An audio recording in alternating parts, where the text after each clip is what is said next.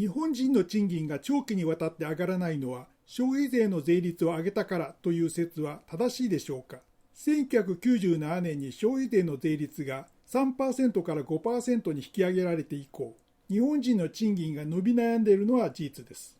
しかし、日本以上に重い付加価値税を課して経済が成長している国はたくさんあります。1997年に起きたより重要な出来事は金融危機をきっかけにしたメインバンク制の崩壊です。従来、日本の金融機関は護送船団方式で守られてきました。ちょうど護衛艦が最も遅い船に合わせて航行するように、日銀と大蔵省が最も弱い金融機関ですら破綻しないように全体を厳しく規制していたのです。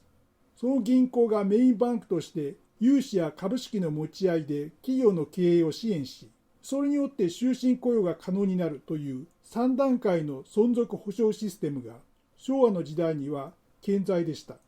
ところが1996年の金融ビッグバン以降、護送船団方式が廃止され、さらに1997年から始まった金融危機でメインバンクが頼れる存在でなくなったため、日本的経営は存続の危機に瀕しました。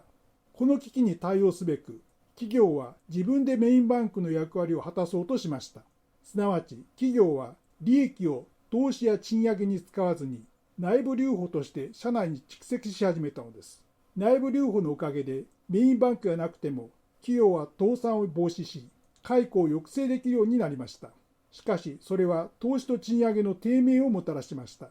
内部留保を投資や賃上げに回すには、日本経済低迷の根本原因である終身雇用を廃止しなければなりません。終身雇用は転職の自由を奪う奴隷制度です。雇用を流動化すれば転職が容易になり、人材争奪戦が活発となって賃金が上昇します。